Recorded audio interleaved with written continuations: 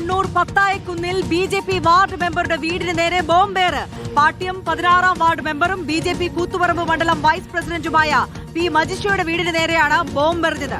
ബൈക്കിലെത്തിയ രണ്ടംഗ സംഘമാണ് ബോംബെറിഞ്ഞ ഭീകരാന്തരീക്ഷം സൃഷ്ടിച്ചത്. അർജുൻ കല്യാട് വിവരങ്ങളുമായി ചേരുന്നു. അർജുൻ, എപ്പോഴായിരുന്നു ഈ ബോംബേറ് ഉണ്ടായത്?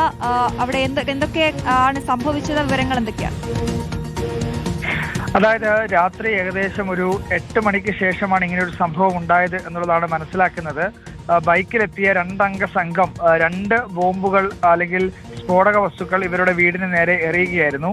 ഒരു ബോംബ് വീടിന്റെ മുറ്റത്തും മറ്റൊന്ന് വീടിന്റെ മുന്നിലെ റോഡിലുമാണ് എറിഞ്ഞത്. അവിടെ നിന്നും ഇത് പൊട്ടുകയും ചെയ്തു. കതിരൂർ പോലീസ് സംഭവ സ്ഥലത്തെത്തി അന്വേഷണം ആരംഭിച്ചിട്ടുണ്ട്. എന്തായാലും ഒരു ബി.ജെ.പി. പ്രവർത്തകന്റെ അല്ലെങ്കിൽ ബി.ജെ.പി. മെമ്പറുടെ വീടിന് നേരെയാണ് ഈ ബോംബേർ ഉണ്ടായത്. എന്തായാലും ഇതിനകത്തൊരു രാഷ്ട്രീയമായി കാരണം കൊണ്ടായിരിക്കാം എന്നുള്ളതാണ് അവിടെയുള്ള പ്രാദേശികമായിട്ടുള്ള ബി.ജെ.പി. നേതാക്കളും ഒക്കെ പറയുന്നത്. എന്തായാലും ഏതെങ്കിലും ഒരു രാഷ്ട്രീയ പാർട്ടിയാണ് ഇത് പിന്നിൽ എന്നുള്ള ആരോപണം ഇപ്പോൾ എന്തായാലും ഉന്നയിച്ചിട്ടില്ല. കൂത്തുപറമ്പ് മണ്ഡലം ബി.ജെ.പി. വൈസ് പ്രസിഡന്റ് ആയിട്ടുള്ള പി മജിഷയുടെ വീടിന് നേരെയാണ് ഈ ബോംബാക്രമണം ഉണ്ടായിട്ടുള്ളത്. ഇതുമായി ബന്ധപ്പെട്ട് തെരഞ്ഞെടുപ്പിന്റെ ഒക്കെ ഒരു പശ്ചാത്തലമാണ്. വലിയ രീതിയിൽ വാശിയേറിയ മത്സരമൊക്കെ നടക്കുന്ന ഒരു പ്രദേശം കൂടിയാണ് ഈ കൂത്തുപറമ്പ്. കഴിഞ്ഞ കുറെ നാളുകൾക്ക് മുമ്പൊക്കെ ഈ പാട്യത്തും അതുപോലെ തന്നെ അതിന് സമീപത്തുള്ള മേഖലയിലും ഈ പത്തായക്കുന്നും കതിരൂരും ഒക്കെ ഇത്തരത്തിലുള്ള സംഭവങ്ങൾ ഉണ്ടായിട്ടുള്ളതാണ്. എന്നാൽ ഈ അടുത്ത കാലത്തൊന്നും തന്നെ അവിടെ ഇത്തരമൊരു സംഘർഷ സമാനമായ അന്തരീക്ഷം അവിടെ ഉണ്ടായിട്ടില്ല. എന്തായാലും ഇതുമായി ബന്ധപ്പെട്ടുകൊണ്ട് അന്വേഷണം പുരോഗമിക്കുകയാണ്.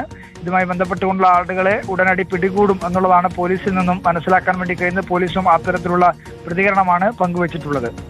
ശരി, കണ്ണൂർ കതിരൂരിലാണ് വീടിന് നേരെ ബോംബേർ ഉണ്ടായിരിക്കുന്നത്. ബൈക്കിലെത്തിയ രണ്ടംഗ സംഘമാണ് ആക്രമണം നടത്തിയത്. അർജുൻ കല്യാടാണ് വിവരങ്ങൾ നൽകിയത്.